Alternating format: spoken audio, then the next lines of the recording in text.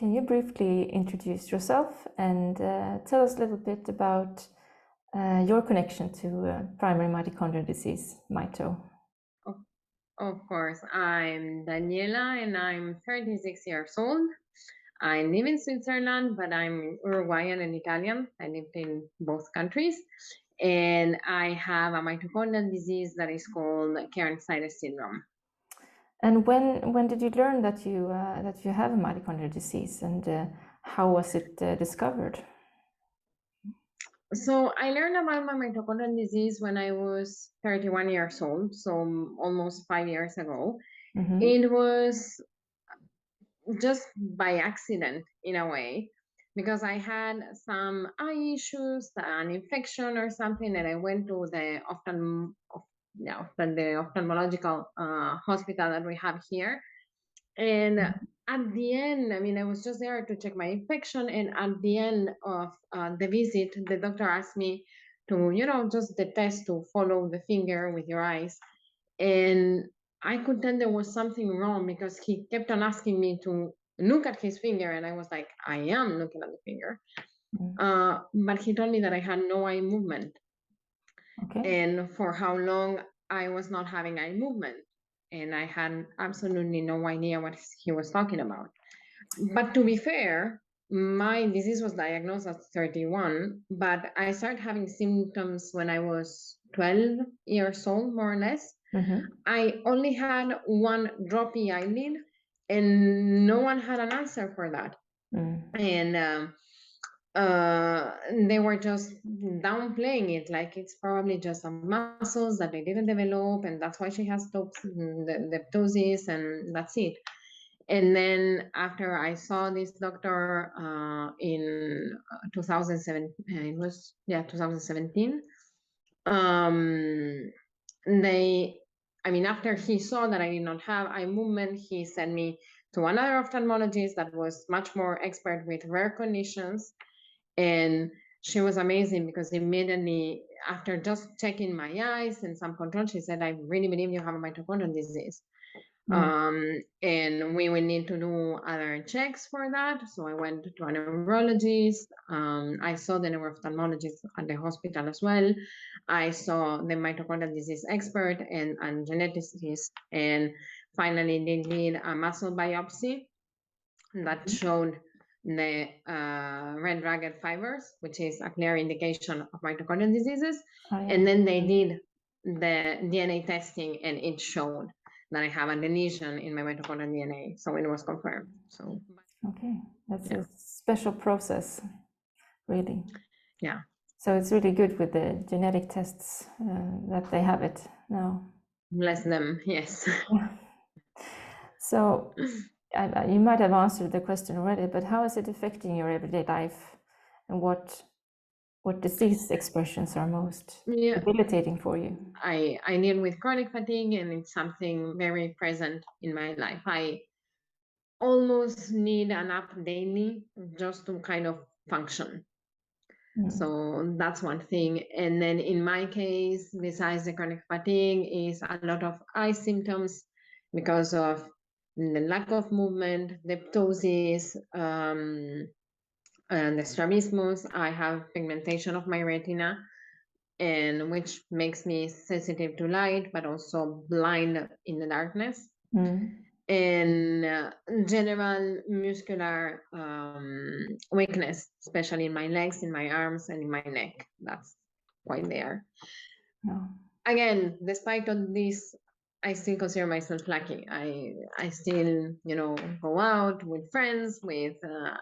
I have 2 kids, so I still manage to do all those things. But I have learned to sense my energies and work kind of accordingly. Yeah. And how has the support from the healthcare been for you? So now I have really a bunch of specialists, and they are constantly talking to each other and addressing each other. And even for issues that are not related to mito, they will go and ask my mito specialist first to see if this treatment or that treatment can work or not. So I feel very blessed in that sense, because the healthcare system is really helping me a lot. Have you yourself participated in any clinical trials? And if so, are there any things that you think is more important to include in a study, like any considerations or assessments or something like that? So I haven't participated in any clinical trial. However, I am in contact with a lot of other mitochondrial patients, and I know many who have participated in different clinical trials. Yeah. And I also have my background as clinical trial coordinator. So I do have, let's say, just some considerations when it comes to us as mito patients. We get tired easily. So it's fine, to have assessments that require physical effort, but just to take into consideration not to maybe overload one visit too much if there is physical effort involved. When it comes to us, the primary objectives, the primary outcomes, is very important that they are well defined in a way that it takes into account the fact that mitochondrial diseases, even people with the same sort of disease, even the people with the same mutation, they can show very different symptoms. And so some sort of outcomes are going to give very positive results for a subgroup of people with mito, and maybe to not that much for another one. And then the overall result is not going to be particularly exciting, but just because, or you're not looking at the right outcome, or you're not looking at the right subgroup or population. And just to give an example, if you think my mutation is a 5kb deletion of the mitochondrial DNA, which is the most common deletion in mitochondrial diseases, but this same deletion can lead to 3 different types of mito, which are CPO, CPO plus, and KSS, that are basically sort of the same disease, but with very different spectrums of symptoms. So when it's very mild and, it involves only your eyes, you have CPO. When you have CPO plus, it means that it's not only your eyes involved, but then your muscles or something else is not working properly. And you go to KSS when you have a pigmentation of the retina, heart block, or deafness. So it's the same mutation, is always a mitochondrial disease, but it's giving very varied symptoms. We're in the World Mitochondrial Disease Week. And so what do the patient organizations mean to you, and what is their role in trying to find a treatment for mito? So, yeah, I'm actually ambassador for the United Mitochondrial Disease Foundation.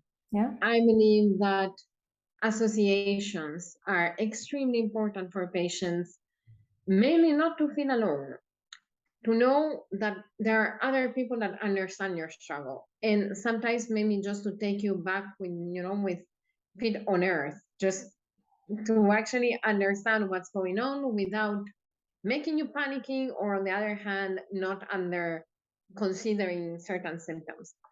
And it's not just that, it's really a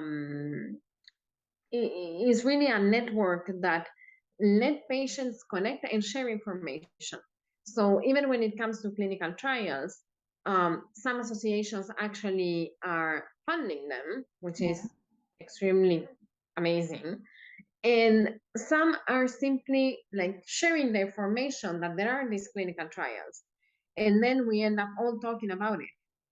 So it's a great way also just to spread the word. Yeah. And I think we all need that when it comes to trials and new drugs and new testings.